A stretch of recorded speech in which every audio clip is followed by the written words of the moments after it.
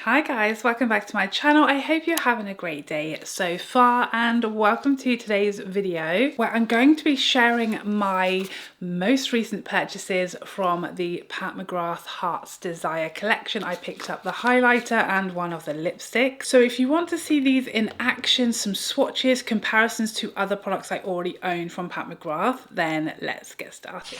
Okay, so this Heart's Desire collection for Valentines from Pat McGrath 2024 consists of one highlighter in an existing formula but a brand new shade, an eyeshadow quad, and two lipsticks. There were various different kits and sets that you could also pick up, but those are kind of the key, the heart, the elements of this mini-ish collection from Pat McGrath. I keep wanting to say Charlotte Tilbury, it's Pat McGrath, okay? So this whole collection is limited edition, and I did skip on the eyeshadow quad. Like most people, I wasn't interested in it. I wasn't super excited about it because it was existing shades pulled out of her holiday collection that I had already passed on, so I had to pass on it again. I wasn't fooled by the quad size. These are not colours that really appeal to me, so I skipped that quad altogether. This is a limited edition collection. Everything here is limited. I'd expect that eyeshadow quad to hang about for quite some time though. I was, however, quite excited by this highlighter because I love Pat McGrath highlighters. I have quite a few.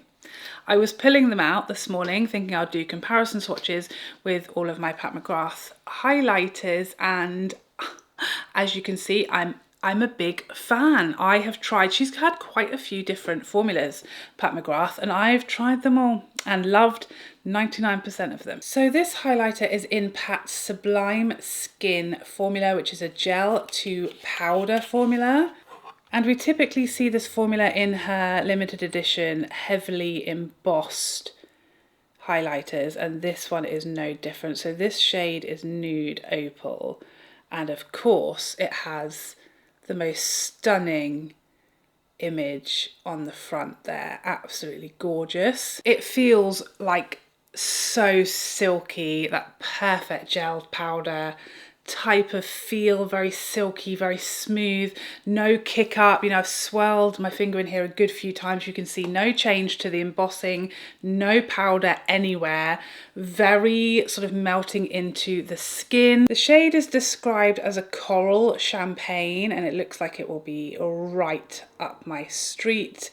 Very shiny, very smooth. Sometimes I have found this formula to be a little more sparkly than her permanent line of highlighters and something like the Divine Rose highlighter, which is a different formula to this one. So I think this looks a bit smoother and a little less, well, I can't really see any larger sparkles in here. It's more of a sheen, which is perfect for me, right up my street. As I said, Pat does have several different highlighter formulas. This is the Sublime Skin formula, and that is the same formula as the, was this her original, her first ever highlighter, the one that looks like a doorstop? It's the same formula as that. This does not feel the same though. It has the same name, but that one was very thick, if you remember, very opaque, very smooth, not very sparkly, but it was like quite thick. The same formula as the Lunar Nude, which came again with that heavy embossing but the gold reflective cover, and then this is Venusian Nude, which again was the embossing, and then this has the like the gold image on the front. So these are all the same formula. And then we have the Ultra Glow highlighter formula, which is, we've only ever seen one of, and to me this is the best she's ever done, my favorite, Divine Rose. And then she has her permanent formula, which is the Divine Glow formula. I have 3 shades of that, but these are her permanent formula. So we have basically seen 3 different formulas from Pat McGrath. This highlighter will set you back £53 or $62 for 8.5 grams. You do get significantly more product in this limited edition highlighter in comparison to the permanent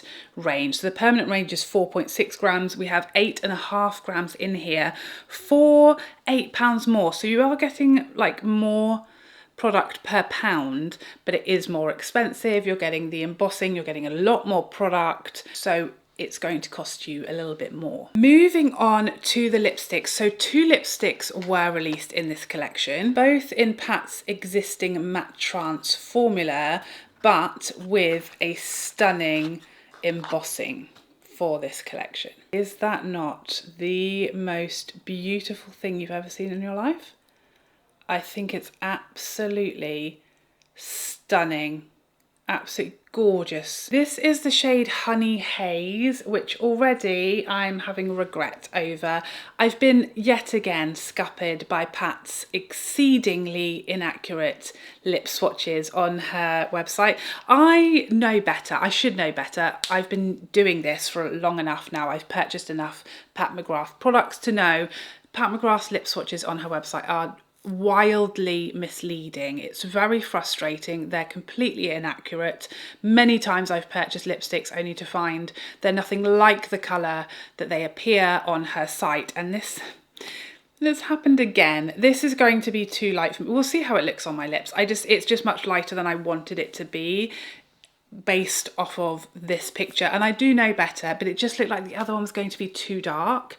So yeah, I went with a lighter shade. I kind of wish I'd gone with a deeper shade, but again, I got misled by the swatches even though I should know better. So let's start off with the application of these products, and then we'll do some comparisons to some similar products that I have at the end. Such a gorgeous image on there, so beautiful. I'm going to use my Sonia G Fan Pro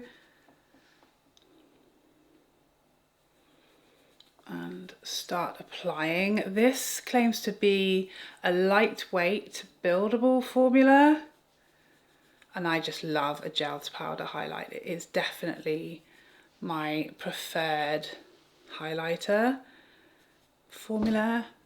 I just find them to be super smooth, and I have been liking a sort of coral highlight recently as well. Really pretty. Wow. Yeah, that's gorgeous. Melting in nicely to my skin tone. It's not leaving a cast. It's not looking too icy. It's looking quite smooth. It's not enhancing texture noticeably. Very pretty.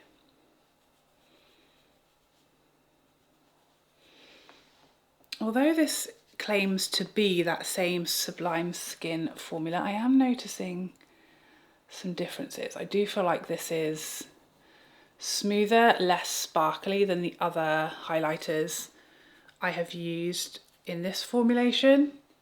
Seems smoother to me. Very like glossy, luminous highlight, just what I like. This is probably my least favourite previously of her formulas. The Ultra Glow Divine Rose, that's my favourite formula that I've ever tried, followed by the permanent formula, which is the Divine Glow. And then previously, these sort of large limited edition highlighters have always been like my least favourite. I still like them, but they tend to be a bit sparklier than her permanent shades. So I think this is my favourite variety of that formula. It just seems way more smooth, less glittery.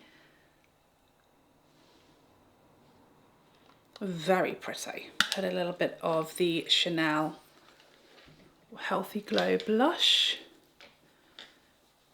over the top.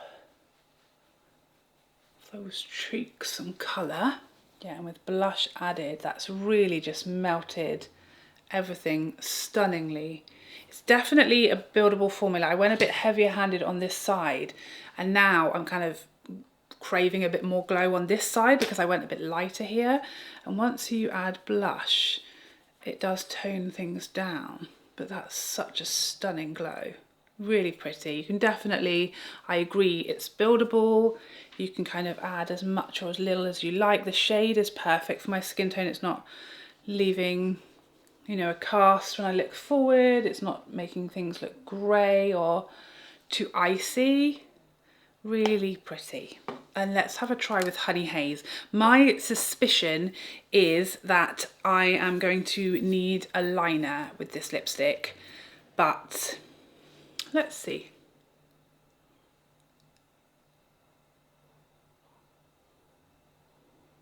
So creamy. If you're not familiar with Pat McGrath's matte formula, it's one of the best of the best. My lips are so dry, by the way. Very flaky. They're still suffering from the Nars like matte lip swatch video that I did. Can't really blame Nars. It's just the action of applying 10 matte lipsticks, wiping them off, and then doing that 9 more times. No lipstick is fun to do that with, and my lips are still recovering from that process. So this lipstick has not got an easy task to look smooth today. I mean, I'm actually pleasantly surprised. I might have to make a formal apology. I'm not sure. What do you guys think? Should I apologise? I mean, no, I shouldn't, because I'm not wrong that this looks nothing like the model photos on the website, but I think I'm just about pulling it off without a liner. I would definitely wear this with a liner, so I was wrong about that. Okay, I hold my hands up, I'll eat my hat. I'm happy. I thought I had thrown my money in the bin, which I don't mind doing if it saves you guys your money, but I really had high hopes that this was going to be the perfect easygoing honeyed nude, and I think it actually is. I thought this was going to be liner only territory, a little foundation lippy, but I don't think it is. I think this is perfect. Soft, understated, a little peachy, but wearable without a liner. I am going to try it with a liner because I promised you guys, and I'm nothing if not a liar. Let's wipe that off. Why not give my lips more trauma? Charlotte Tilbury Iconic Nude.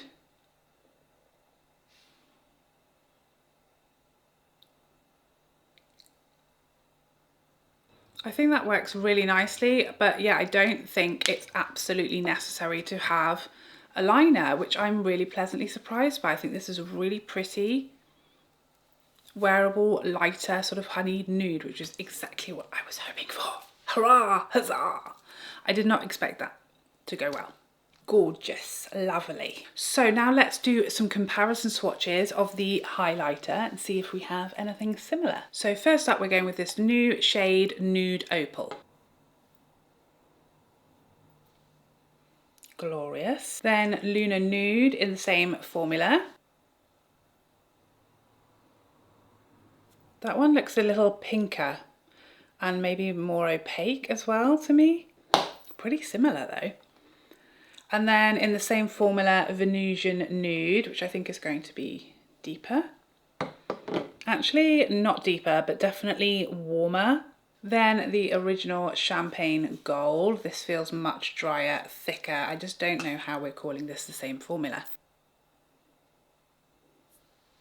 That is definitely a much pinker shade. My absolute favourite, the Divine Rose.